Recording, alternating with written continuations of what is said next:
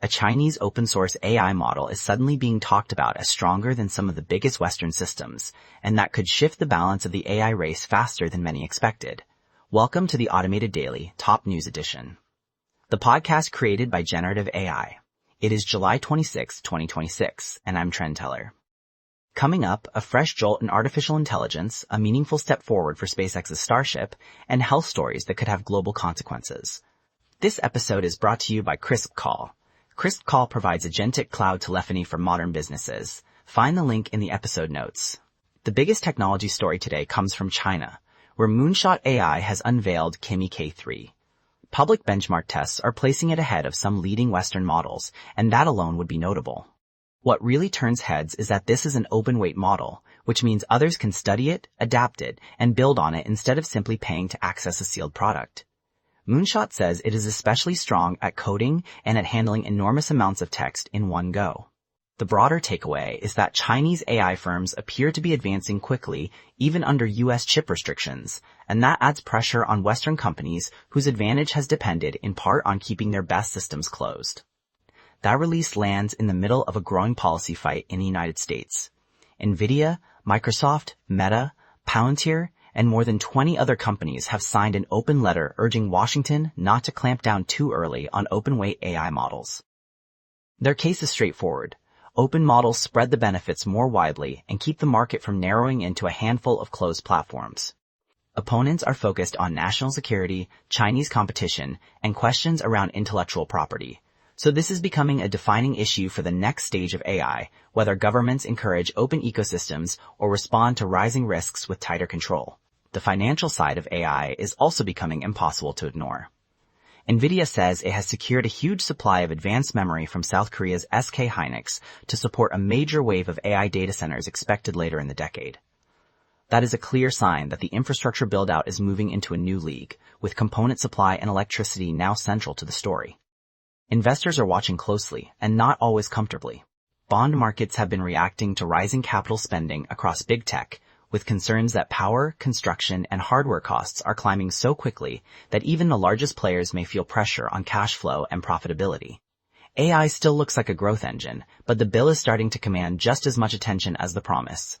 Elon Musk added his own framing to that conversation in a wide-ranging interview, saying he believes artificial intelligence could surpass the combined intelligence of humanity within about 5 years. He argued that the advance of AI now looks unstoppable, and suggested that rival labs should keep direct safety lines open and monitor one another rather than leaving oversight entirely to governments. Musk also said he got a little too involved in politics, a remark that stands out given how visible he has been in public policy fights. However you take his forecasts, the comments reflect a broader shift in the AI debate. Less argument over whether the technology will transform society, and more concern over how fast that transformation is arriving. In space news, SpaceX launched Starship on another major test flight from Texas, sending the vehicle roughly halfway around the world and deploying 20 of its most advanced Starlink satellites. The first stage booster still did not manage a controlled return and crashed into the Gulf of Mexico, so full reusability remains a work in progress. But SpaceX said the ship's re-entry and splashdown were its best so far, and the Starlink payload sent back useful data and images tied to the heat shield before re-entering over the Indian Ocean. That matters because Starship is not just a spectacle project. NASA wants it ready for future Artemis missions, and SpaceX sees it as the backbone of its long-term Moon and Mars ambitions. In U.S. health policy, an FDA-organized advisory committee voted to recommend removing manufacturing restrictions on several peptides, despite the article's point that these substances lack the usual human safety and effectiveness data. The immediate issue is not just the compounds themselves, but what this says about standards. Critics argue the panel was reshaped by allies of Health and Human Services Secretary Robert F.